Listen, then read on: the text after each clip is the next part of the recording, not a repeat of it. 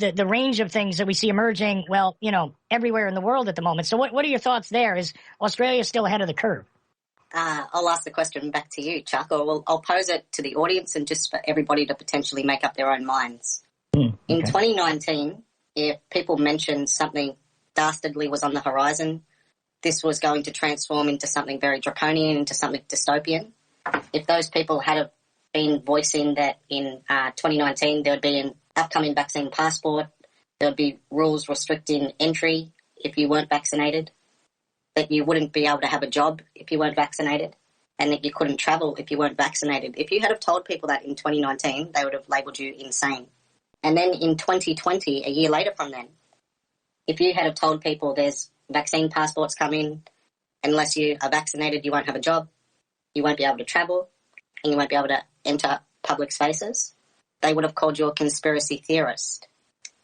Now in 2021, in November, in Australia, you must have a vaccine passport through the government-issued tracking app.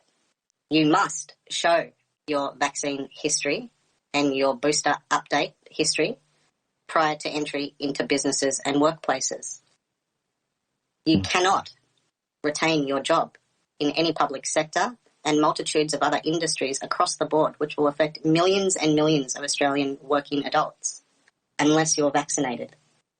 And you certainly can't hop on a plane or a train and cross borders or go overseas unless you are vaccinated. I don't know how we're meant to reconcile this reality, how what was only 2 years ago insanity, which was 1 year ago conspiracy theory, which is today reality. Are we slowing down? Are we ahead of the curve? Mate, we might only be in chapter 2 and they've already got 15 chapters written. The progression of here is the official situation, then people postulate the direction it might go in, and they call you crazy, they say you're a conspiracy theorist, then they say, well, you're out of line about asking about these things, then a justification comes around to say, well, that is what's happening. They go, yeah, but the only reason why you're resisting it is for political reasons.